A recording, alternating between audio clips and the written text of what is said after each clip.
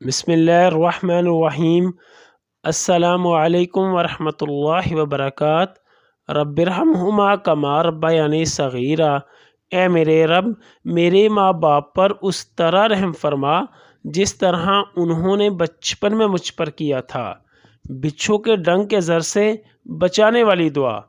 امام احمد نے حضرت ابو ہریرہ رضی اللہ عنہ سے روایت نقل کی ہے کہ انہوں نے بیان فرمایا کہ رسول اللہ صلی اللہ علیہ وسلم نے ارشاد فرمایا، جس نے 3 دفعہ شام کے وقت کہا اعوذ بکلمات اللہ التامات من شر ما خلق، ترجمہ میں اللہ کے کامل اور پر اثر کلمات کے ذریعے پناہ مانگتا ہوں ہر مخلوق کے شر سے، تو اس رات بچھو کا زہر یا ڈسنا اسے نقصان نہیں پہنچا سکے گا۔ راوی نے بیان کیا، ہمارے گھر والوں نے اس دعا کو سیکھ رکھا تھا اور وہ اسے پڑھا کرتے تھے۔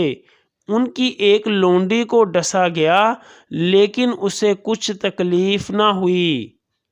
امام مسلم نے حضرت ابو ہریرہ رضی اللہ عنہ سے روایت نقل کی ہے کہ بلا شبہ انہوں نے بیان فرمایا کہ ایک شخص نے رسول اللہ صلی اللہ علیہ وسلم کی خدمت میں حاضر ہو کر عرض کیا، یا رسول اللہ صلی اللہ علیہ وسلم، مجھے گزشتہ شب ایک بچھوانی نے ڈنگ مارا ہے۔